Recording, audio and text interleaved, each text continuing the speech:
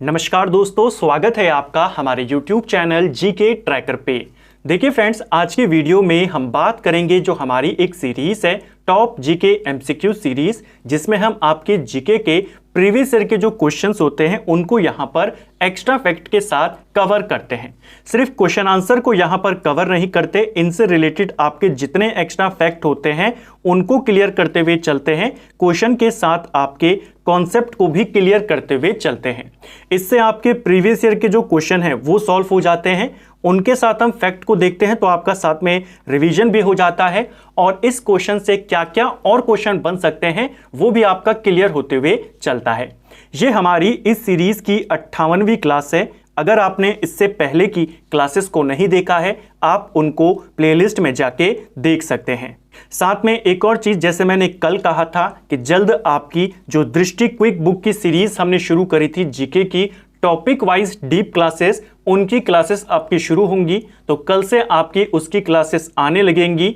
पूरी सीरीज आपकी जो दृष्टि की जीके की बुक है उस पर बेस्ड है, लेकिन सिर्फ दृष्टि के फैक्ट आपको उसमें नहीं मिलते हैं। उसमें आपको आपकी जितनी इंपॉर्टेंट बुक्स हैं, चाहे वो अरिहंत की हो, एनसीईआरटी हो, लुसेंट हो, किरण हो, उन सब का मिक्सचर आपको उसमें देखने को मिलता है। अभी तक हमने मध्यकालीन भारत की 11 क्लासेस और भारतीय भूगोल की 3 क्लासेस को कवर कर लिया है। आप इनको प्लेलिस्ट से जाके देख सकते हैं कि किस तरीके से हमने कितनी आसानी से सभी जानकारी को एक कहानी के रूप में मैप के माध्यम से इन वीडियोस में कवर किया है। और हमारी जो एक और सीरीज है घटना चक्र की, जो हम एमसीक्यूज कवर कर रहे थे, जिसमें आपके घटना चक्र के प्रीवियस ईयर के एमसीक्यूज जो अलग अलग पेपरों में आए हैं अलग अलग राज्यों के, उसकी सीरीज को भी दोबारा शुरू करेंगे, जिसमें हम टॉपिक वाइज एमसीक्यूज को वहां पर देख रहे थे। इसमें हमने अभी तक हिस्ट्री की 13 क्लासेस, ज्योग्राफी की 17 और पॉलिटी की भी हमने 20 से ज्यादा क्लासेस टॉपिक वाइज कवर कर चुके हैं, सिर्फ प्रीवियस ईयर क्वेश्चंस के माध्यम से। क्योंकि आप जानते हैं जिस तरीके से अब आपके जीएस का लेवल बढ़ता जा रहा है, तो उससे जीएस की वैल्यू और ज्यादा बढ़ती जा रही है आपके फाइनल सिलेक्शन के लिए। हम यहां पर जीके को अलग अलग माध्यम से, अलग अलग तरीकों के माध्यम से, टॉपिक वाइज डीप क्लास के माध्यम से, टॉपिक वाइज एमसीक्यू के माध्यम से, टॉपिक वाइज वन लाइनर के माध्यम से, रैंडम एमसीक्यूज के माध्यम से यहां पर कवर कर जाएंगे।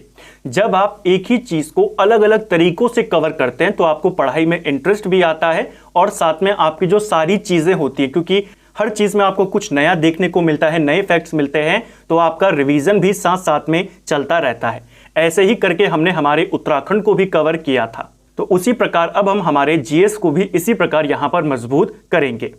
अगर आपने इस सीरीज के भी प्रीवियस क्लासेस को नहीं देखा है, आप उनको प्लेलिस्ट से जाकर देख सकते हैं। तो चलिए आज की क्लास को शुरू करते हैं। आज का हमारा पहला प्रश्न है, उत्तर वैदिक काल के ग्रंथों में किस धातु को श्याम अयस या कृष्ण अयस बोला गया है? तो देखिए, उत्तर वैदिक काल में एक खोज होती है लोहे की। उत्तर वैदिक काल में आर्यों के द्वारा लोहे की खोज की जाती है और लोहे को ही श्याम अयस या कृष्ण अयस कहा जाता था। तो ऑप्शन ए सही आंसर हो जाएगा। एक और चीज ध्यान रखना, उस समय तांबा भी था और तांबे को लोहित अयस कहा जाता था। तो एग्जाम में आपको अगर लोहित पूछेगा तो लोहित से आपने लोहे को कनेक्ट नहीं करना है। लोहे को श्याम अयस या कृष्ण अयस कहते थे और तांबे को लोहित अयस कहा जाता था। ठीक है, नेक्स्ट है, किस शासक ने सबसे पहले गिरनार क्षेत्र में एक झील का निर्माण कराया था? तो देखिए, गुजरात में पड़ता है आपका गिरनार क्षेत्र। गिर जो जंगल है, गिर राष्ट्रीय उद्यान, वो भी गुजरात में है, काफी फेमस है। तो यहां पर गिरनार नामक जो पहाड़ी है, यहां पर एक झील का निर्माण कराया गया था, जिस झील को हम आज सुदर्शन झील के नाम से जानते हैं। इस झील को गिरनार झील भी कहते हैं, क्योंकि गिरनार नामक जो पहाड़ी है वहां पर यह स्थित है। आपने पढ़ा है इस झील का जो पुनरुद्धार है, जीर्णोद्धार है, कई शासकों ने करवाया। जो शक राजा थे रुद्रदमन, उन्होंने करवाया, अशोक ने करवाया, गुप्त राजा स्कंदगुप्त ने भी करवाया। प्रश्न यह है, सबसे पहले इस झील का निर्माण कराया किसने था? तो सबसे पहले इसका निर्माण चंद्रगुप्त मौर्य ने करवाया था ऑप्शन बी सही आंसर होगा। देखिए चंद्रगुप्त मौर्य ने इस क्षेत्र में जो उनके राज्यपाल नियुक्त थे, यानी कि जिनको उन्होंने यहां पर नियुक्त कर रखा था, उसका नाम था पुष्यगुप्त, और इसने इसका निर्माण कराया। ठीक है, यानी आदेश इन्होंने दिया, वास्तव में निर्माण किसने किया? पुष्यगुप्त के द्वारा किया गया। एक तो आपने ये याद करना है। ठीक है, शासक कौन है? चंद्रगुप्त मौर्य। इसके बाद इसका जीर्णोद्धार कई शासकों ने करवाया, तो पूछा जाता है सबसे पहले इसका जीर्णोद्धार अशोक ने करवाया। अशोक के बाद जो शक राजा थे रुद्रदमन, उन्होंने करवाया, और उसके बाद जो गुप्त राजा थे स्कंदगुप्त, उन्होंने कराया। क्वेश्चन आता है किस गुप्त राजा ने सुदर्शन झील का जीर्णोद्धार करवाया? स्कंदगुप्त ने। किस गुप्त राजा ने सुदर्शन झील के ऊपर एक बांध का निर्माण करवाया? स्कंदगुप्त ने। ठीक है, नेक्स्ट है निम्न में से कौन सा कथन सही है? तो दो कथन आपको दिए गए हैं, चलिए देखते हैं। पहला, चीनी लेखक भारत का यिंतु नाम से उल्लेख करते हैं। तो देखिए जो चाइनीज राइटर थे, चाइनीज लेखक थे, वो भारत को यिंतु नाम से संबोधित करते थे, भारत के लिए यिंतु लिखते थे। तो ये वाला स्टेटमेंट आपका सही है। दूसरा, ह्वेनसांग का यात्रा विवरण सियुकी है। तो ह्वेनसांग हर्षवर्धन के काल में भारत आता है और इसने जो अपना यात्रा विवरण लिखा सियुकी नाम से लिखा। तो ये वाला क्वेश्चन भी आपका, ये वाला जो स्टेटमेंट है ये भी आपका सही है, यानी यहां पर आपके दोनों स्टेटमेंट सही हैं। Option C. सर्वप्रथम किस एक्ट ने भारत के क्षेत्रों को पहली बार ब्रिटिश अधिकार क्षेत्र कहा था? तो देखिए सबसे पहले किस एक्ट के माध्यम से जो भारत में क्षेत्र था कंपनी का, उसको ब्रिटिश अधिकार क्षेत्र कहा गया? सही आंसर है पिट्स इंडिया एक्ट 1784 के माध्यम से। इस एक्ट के द्वारा पहली बार जो कंपनी का यहां पर एरिया था उसे ब्रिटिश अधिकार क्षेत्र कहा गया। पिट्स इंडिया एक्ट 1784 में आता है। इसके तहत दो तीन बातें हैं जो पूछी जाती हैं। इस एक्ट के माध्यम से कंपनी के जो राजनीतिक और व्यापारिक अधिकार थे उनको अलग अलग किया गया। तो दोहरे प्रशासन की शुरुआत इसी एक्ट के माध्यम से होती है। ठीक है, जो व्यापारिक मामले थे, व्यापारिक कार्य थे कंपनी के, उसके लिए बोर्ड ऑफ डायरेक्टर पहले से बना हुआ था। पिट्स इंडिया एक्ट के माध्यम से बोर्ड ऑफ कंट्रोलर बना दिया गया। यह बनाया गया था राजनीतिक मामलों के लिए। तो जो व्यापारिक मामले थे वो बोर्ड ऑफ डायरेक्टर्स देखेंगे और बोर्ड ऑफ कंट्रोलर का काम राजनीतिक अधिकारों को, राजनीतिक मामलों को देखना था। तो इसको आपने ध्यान रखना है। ठीक है, संयुक्त लोक सेवा आयोग का गठन किसके द्वारा किया जाता है? देखिए एक होता है आपका संघ लोक सेवा आयोग, ठीक है, जो आपका ऑल इंडिया है, और दूसरा होता है स्टेट लोक सेवा आयोग, यानी राज्य लोक सेवा आयोग हम जिसको कहते हैं, जो हर राज्यों के होते हैं। संविधान में यह भी प्रावधान किया गया है कि दो या दो से अधिक राज्यों का एक लोक सेवा आयोग हो सकता है, जिसको हम कहते हैं ज्वाइंट पब्लिक सर्विस कमीशन, यानी संयुक्त लोक सेवा आयोग। जो आपका संघ लोक सेवा आयोग है और जो राज्य लोक सेवा आयोग है, इनके गठन के बारे में संविधान में बताया गया है। ये दोनों के दोनों संवैधानिक संस्थाएं हैं और इनका गठन संविधान के तहत किया जाता है। ठीक है, लेकिन जो संयुक्त लोक सेवा आयोग होता है, इसका गठन संसद के अधिनियम के द्वारा किया जाता है। ऑप्शन डी सही आंसर होगा। हालांकि सिर्फ संसद के अधिनियम के द्वारा नहीं, जिन राज्यों का यह बनेगा उनके सहमति के बाद संसद इसके ऊपर अंत में अधिनियम बना सकती है। तो दोनों बातों को आपने याद रखना है। उन राज्यों की मंजूरी से संसद अधिनियम के द्वारा इसका गठन करती है। इसके अध्यक्ष सदस्यों की नियुक्ति राष्ट्रपति करते हैं, लेकिन जो ये संस्था बनती है, आयोग बनता है, संयुक्त लोक सेवा आयोग, ये संसद बनाती है। इसको ध्यान रखना। ठीक है, अखिल भारतीय सेवा सदस्यों की सेवा शर्तों का निर्धारण कौन करता है? यानी जो ऑल इंडिया सर्विसेज आपकी होती हैं, जिसमें आपके आईएएस, आईपीएस, आईआरएस आते हैं, इनकी जो सेवा शर्तें होती हैं, इनका निर्धारण संसद के द्वारा किया जाता है। ऑप्शन ए सही आंसर होगा। नई अखिल भारतीय सेवाएं अगर सृजित करनी हो तो वो अधिकार राज्यसभा को प्राप्त है, लेकिन इन सदस्यों की जो अधिकारी होते हैं, इनमें क्या क्या शर्तें होंगी वो डिसाइड कौन करती है? वो संसद करती है। ठीक है, भारत में राष्ट्रपति के निर्वाचन की पद्धति को किस देश के संविधान से लिया गया है? तो देखिए भारत में राष्ट्रपति के निर्वाचन की पद्धति को हमने आयरलैंड से लिया है। ऑप्शन डी सही आंसर होगा। निर्वाचक जो मंडल होता है राष्ट्रपति का, वो आर्टिकल 54 में दिया गया है, जिसके तहत निर्वाचक मंडल में संसद के दोनों सदनों के सभी निर्वाचित सदस्य होते हैं और विधानसभाओं के भी सभी निर्वाचित सदस्य इसमें होते हैं। ठीक है, इसको ध्यान रखना है। आदि वराह की उपाधि किस शासक ने धारण करी थी? तो आदि वराह इस उपाधि को धारण करते हैं राजा भोज। ऑप्शन ए सही आंसर होगा। इन्हें भोज प्रथम भी लिखा जाता है और इन्हीं का पॉपुलर नाम है मिहिर भोज। ठीक है, तो दोनों आपके एक ही व्यक्ति हैं। जो गुज्जर प्रतिहार शासक थे मिहिर भोज, उन्हीं को भोज भी लिखते हैं और भोज प्रथम भी लिखते हैं। इस वंश के सबसे प्रतापी राजा थे, ये भगवान विष्णु के भक्त थे और इन्होंने आदि वराह की उपाधि धारण करी थी। तो इसको ध्यान रखेंगे। एक और चीज, एक और क्वेश्चन है, यहीं पर उसको क्लियर करते हुए चले, आपका बहुत अच्छा कॉन्सेप्ट क्लियर होगा।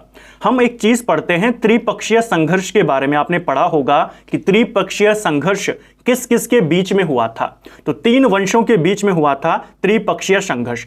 एक तरफ आपके गुज्जर प्रतिहार वंश थे, दूसरी तरफ आपका पाल वंश था और एक तरफ आपका राष्ट्रकूट वंश था। एक तो आपको यह याद करना है कि इसमें कौन कौन शामिल थे। ठीक है, दूसरी चीज, त्रिपक्षीय संघर्ष किस पर अधिकार को लेकर हुआ था, किसके लिए ये तीनों आपस में लड़े थे?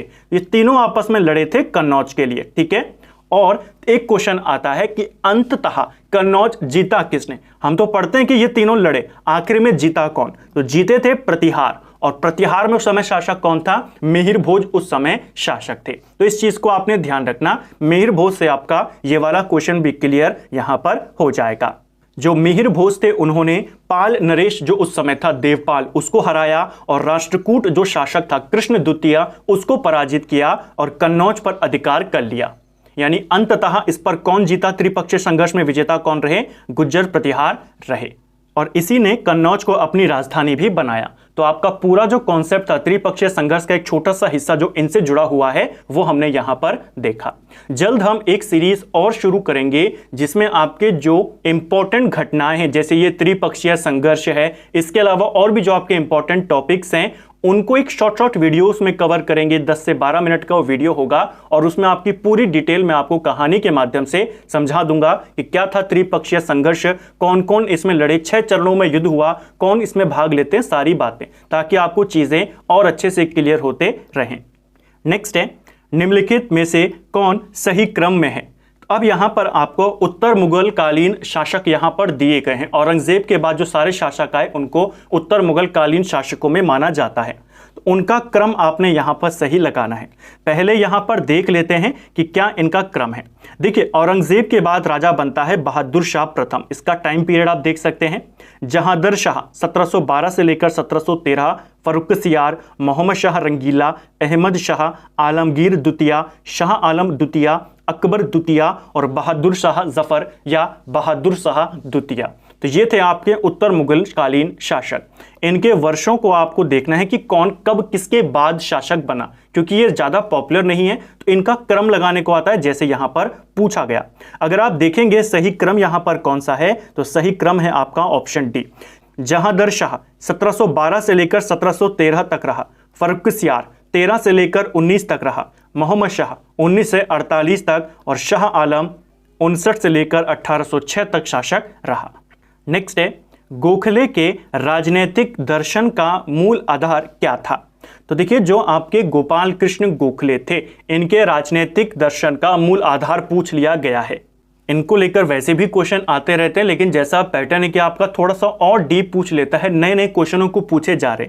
तो इनकी राजनीति का जो मेन आधार था, जो इनका मेन उद्देश्य था, भारतीय जनमत को जागृत करना इनका उद्देश्य था।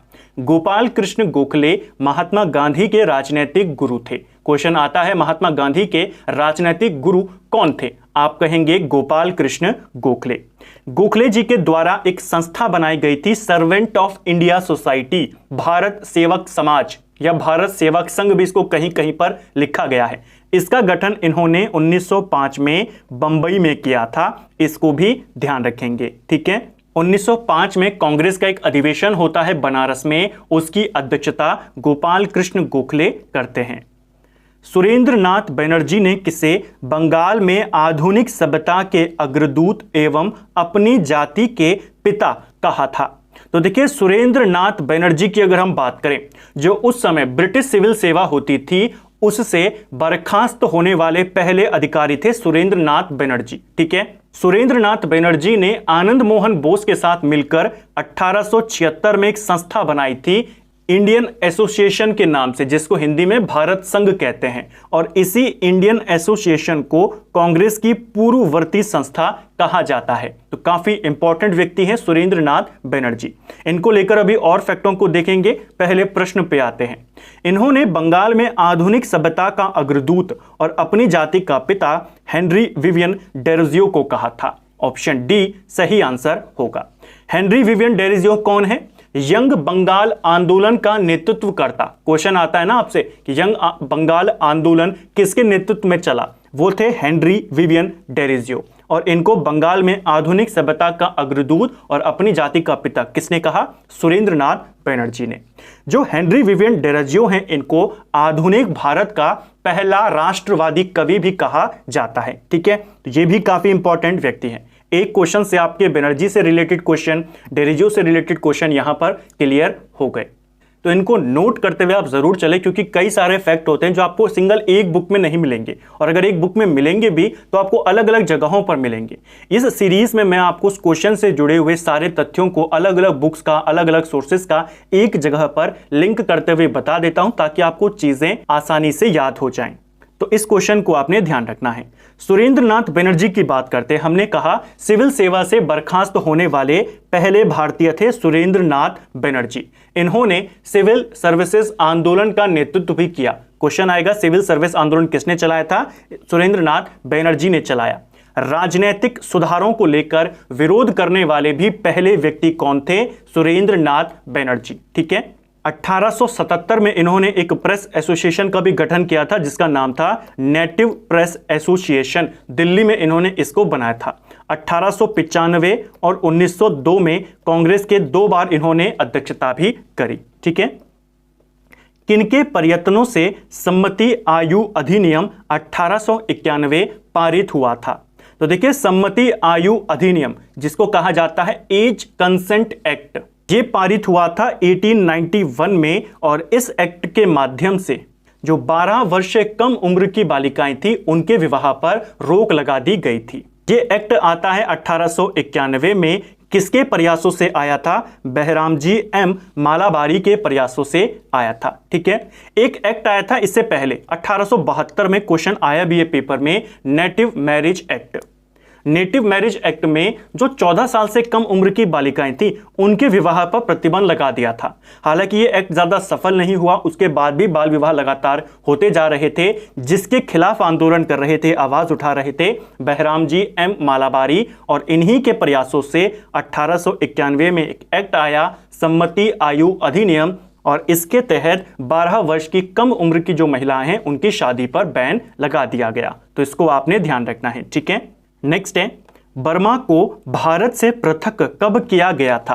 तो बर्मा जिसका आधुनिक नाम क्या है? इसका आधुनिक नाम है आपका म्यांमार। ठीक है, इसे भारत से अलग किया गया था 1935 के एक्ट के माध्यम से। ठीक है, एक्ट 1935 का था, लेकिन हमसे अलग करने का वर्ष पूछा है, तो सही आंसर है 1937। अधिनियम 35 का था, अलग इसे 37 में किया गया था। Option C. दिल्ली में स्वदेशी आंदोलन को किसने लोकप्रिय बनाया था? तो देखिए, दिल्ली के अंदर स्वदेशी आंदोलन को लोकप्रिय बनाया था सैयद हैदर रजा ने। लोकप्रिय बनाने का अर्थ यह है कि दिल्ली में इसका नेतृत्व किसने किया? तो दिल्ली में नेतृत्व सैयद हैदर रजा ने किया था। अगर हम विभिन्न जगहों पर इस आंदोलन के नेतृत्वकर्ताओं की बात करें तो महाराष्ट्र में बाल गंगाधर तिलक थे, दिल्ली में सैयद हैदर रजा थे, मद्रास के अंदर चिदम्बरम पिल्लई थे, इनका नाम भी पूछा गया है, और पंजाब यूपी में लाला लाजपत राय के साथ अजीत सिंह यहां पर इसका नेतृत्व कर रहे थे। स्वदेशी आंदोलन की बात करें तो स्वदेशी आंदोलन की घोषणा 7 अगस्त 1905 को कलकत्ता के टाउन हॉल में की जाती है। स्वदेशी आंदोलन का विचार किसका था, यह क्वेश्चन भी आता है। तो इस आंदोलन का विचार दिया था कृष्ण कुमार मित्र ने। कृष्ण कुमार मित्र का एक पत्र आता था जिसका नाम है संजीवनी, और पहली बार इसी पत्र में स्वदेशी आंदोलन का उल्लेख यहां पर किया गया था। ठीक है, स्वदेशी आंदोलन का नारा क्या था, कौन सा गीत था? जो स्वदेशी आंदोलन के दौरान फेमस हुआ वो था आपका वंदे मातरम गीत। ठीक है, ये गीत स्वदेशी आंदोलन के दौरान काफी ज्यादा फेमस हुआ था, इसको आपने ध्यान रखना है। नेक्स्ट है, कांग्रेस के उस अधिवेशन की अध्यक्षता किसने करी जिसमें कांग्रेस ने स्वराज को अपना मुख्य लक्ष्य घोषित किया। अब देखिए ये भी कंफ्यूजिंग वाला क्वेश्चन है, इसको भी आपने गलत नहीं करना, इसी पैटर्न के आपके क्वेश्चन आपको पूछे जाते हैं। देखिए 3 बातें हैं, पहला है स्वराज। ठीक है, कांग्रेस के किस अधिवेशन में स्वराज को अपना मुख्य लक्ष्य घोषित किया। दूसरा, किस अधिवेशन में बाल गंगाधर तिलक ने स्वराज मेरा जन्मसिद्ध अधिकार है और मैं इसे लेकर रहूंगा ये कहा। और तीसरा, किस अधिवेशन में कांग्रेस ने पूर्ण स्वराज की मांग करी। तीनों अलग अलग प्रश्न हैं। हमसे पूछा है स्वराज को अपना मुख्य लक्ष्य यह बनाया था, आपको पहले अधिवेशन पता होना चाहिए। कांग्रेस ने स्वराज को अपना मेन लक्ष्य बनाया था 1906 के कलकत्ता अधिवेशन में, और इस अधिवेशन की अध्यक्षता दादा भाई नौरोजी ने करी थी। ऑप्शन सी सही आंसर हो जाएगा। कांग्रेस ने पूर्ण स्वराज की जो मांग करी थी वो 1929 के लाहौर अधिवेशन में करी थी, जिसकी अध्यक्षता जवाहरलाल नेहरू ने करी थी। दोनों में अंतर को समझना, स्वराज शब्द का पहली बार इस्तेमाल और स्वराज को प्रमुख लक्ष्य 1906 में बनाया गया था और पूर्ण स्वराज 1929 में आया था। ठीक है, रही बात तीसरे प्रश्न की कि बाल गंगाधर तिलक ने जो उनका फेमस स्टेटमेंट है कि स्वराज मेरा जन्मसिद्ध अधिकार है और मैं इसे लेकर रहूंगा, कब कहा था। 1916 का जो लखनऊ अधिवेशन है उसमें कहा था। ठीक है, नेक्स्ट है, निम्नलिखित में से कौन सी नदी पश्चिम की दिशा में बहती हुई अरब सागर में गिरती है। तो देखिए भारत में अधिकांश जो नदियां हैं आपकी वो बंगाल की खाड़ी में गिरती हैं। ठीक है, लेकिन कुछ ऐसी नदियां हैं जो पश्चिम की ओर बहती हैं और आपके अरब सागर या खंबात की खाड़ी में गिर जाती हैं। तो वो नदियां कौन कौन सी हैं, वो है आपकी साबरमती, आपकी पेरियार और नर्मदा। ऑप्शन यहां पर 1, 2, 3 सही उत्तर हो जाएगा। जो आपकी राप्ती नदी है ये गंगा की सहायक नदी है और गंगा आप जानते हैं बंगाल की खाड़ी में जाती है। यहां पर राप्ती की जगह पर अगर ताप्ती होता तो ताप्ती नदी भी आपकी अरब सागर या खंबात की खाड़ी में जाकर गिरती है, तो उसने मिलती जुलती नदी दे दी यहां पर ताप्ती से जुड़ा हुआ राप्ती। तो इस चीज को भी ध्यान रखना। ठीक है, नेक्स्ट है, चैलेंजर गर्त किस महासागर का सबसे गहरा स्थान है। तो देखिए सबसे गहरा जो स्थल है पृथ्वी में वो चैलेंजर गर्त है, जिसको मरियाना ट्रेंच कहा जाता है और ये आपके प्रशांत महासागर में स्थित है। Option D. कई बार ये क्वेश्चन ऐसे भी आता है कि कौन सा महासागर सबसे गहरा है, तो सबसे गहरा बिंदु भी इसी में है और सबसे गहरा महासागर भी यही है। लोनार झील का निर्माण कैसे हुआ था। तो देखिए जो लोनार झील है आपकी महाराष्ट्र में है और इसका निर्माण उल्का पिंड गिरने से हुआ था। ऑप्शन डी सही आंसर यहां पर हो जाएगा। कई हजारों साल पहले माना जाता है कि यहां पर एक बड़ा सा उल्का पिंड आकर गिरा, जिससे एक बड़ा सा खड्डा वहां पर बना और कालांतर में उसमें पानी जमा हुआ और एक झील का निर्माण वहां पर हो गया। ठीक है, तो उल्का पिंड या ज्वालामुखी उद्भव से भी इसका निर्माण माना जाता है। ठीक है, हालांकि ज्यादातर उल्का पिंड सही माना जाता है। ब्लू फ्लैग प्रमाणीकरण किससे संबंधित है। तो देखिए ब्लू फ्लैग प्रमाणीकरण की अगर हम बात करते हैं, ब्लू फ्लैग सर्टिफिकेशन, यह एक अंतर्राष्ट्रीय स्तर पर जो आपको सर्टिफिकेट दिया जाता है जो अच्छे समुद्री तट होते हैं उनसे संबंधित है। तो समुद्री तटों से संबंधित है ब्लू फ्लैग प्रमाणीकरण। काफी माना जाता है इसको। 33 शर्तें होती हैं इसके अंतर्गत। अगर कोई समुद्री तट है वो इन 33 आवश्यकताओं को, 33 शर्तों को पूरा करता है, कंडीशन को पूरा करता है, तो उसे ये वाला प्रमाण पत्र दिया जाता है। काफी इंपॉर्टेंट है, ध्यान रखना। किससे जुड़ा है ब्लू फ्लैग प्रमाणीकरण? समुद्र तट से जुड़ा हुआ है। 1867-68 में दादा भाई नौरोजी ने भारत में प्रति व्यक्ति आय का आकलन किया था। अब देखिए हम कई बार पढ़ते हैं कि भारत में सबसे पहले प्रति व्यक्ति आय का आकलन किसने किया था? दादा भाई नौरोजी ने। कब किया था ये भी आपने पढ़ते हैं, 1767-68 में किया था। इनकी एक किताब भी है, poverty and un British rule in India. ये किताब भी किसकी है? दादा भाई नौरोजी की है। धन निष्कासन का सिद्धांत भी किसने दिया था? इन्होंने दिया था। क्वेश्चन ये है कि जब इन्होंने राष्ट्र प्रति व्यक्ति आय का आकलन किया तो उस समय प्रति व्यक्ति आय कितनी इनके हिसाब से निकली थी? तो उस समय जो प्रति व्यक्ति आय निकाली थी इन्होंने वो 20 रुपए प्रति व्यक्ति आय थी भारत की। 1867-68 की ये बात है। तो ऑप्शन ए हमारा सही आंसर यहां पे हो जाएगा। ठीक है, किताब का नाम आपने याद रखना है, poverty and un British rule in India. धन के निष्कासन का सिद्धांत भी इन्होंने दिया था।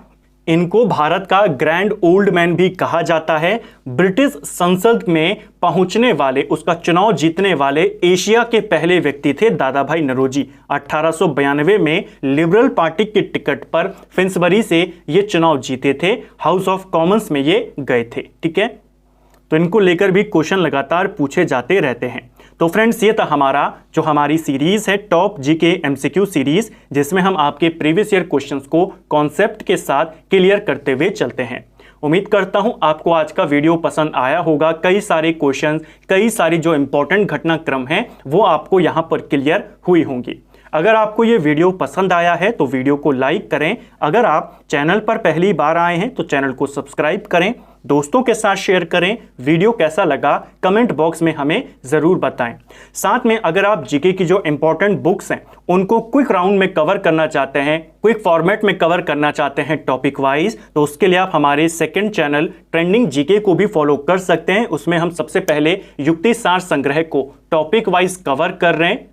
जल्द उसमें आपको जो अलग अलग किताबें हैं उसी फॉर्मेट में, क्विक फॉर्मेट में देखने को मिलेंगी, जिससे आप आसानी से अपना रिवीजन कर पाएंगे। Thank you friends.